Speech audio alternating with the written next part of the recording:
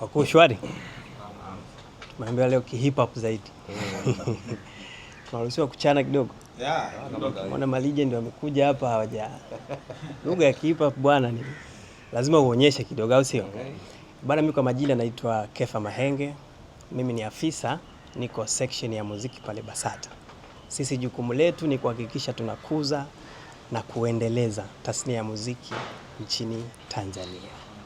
Kwa hiyo kazi yetu sisi kubwa pia ni kushirikiana na wadau kama hawa Aznaz Africa Awards ambao wanaandaa tuzo mbalimbali, na lengo kubwa la ushirikiano huu ni kuhakikisha tuna push industry kutoka sehemu moja kwenda sehemu nyingine. Kwa hiyo mchakato huu kama ulivyoelezwa na waandaaji, Basata imeshiriki toka from the scratch, yani kuanzia wanaanza vikao vya kwanza kabisa. Kila process Basata tumeshiriki, kila vikao tumekaa na tukabariki.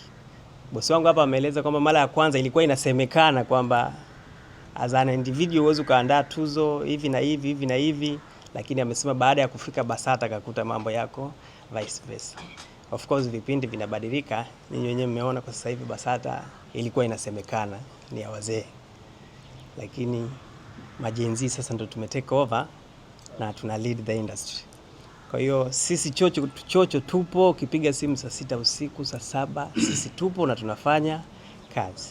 Kwa lengo la baraza kufika hapa kwa niaba ya katibu mtendaji Mr. Buganga ni kutoa ushirikiano wa kina kabisa kwa waandaji wa tuzo hizi na kuhakikisha tunashirikiana nao bega kwa bega katika kila process, kufanya hadhi ya tuzo hizi ionekane kama vile ambavyo wao walitarajia.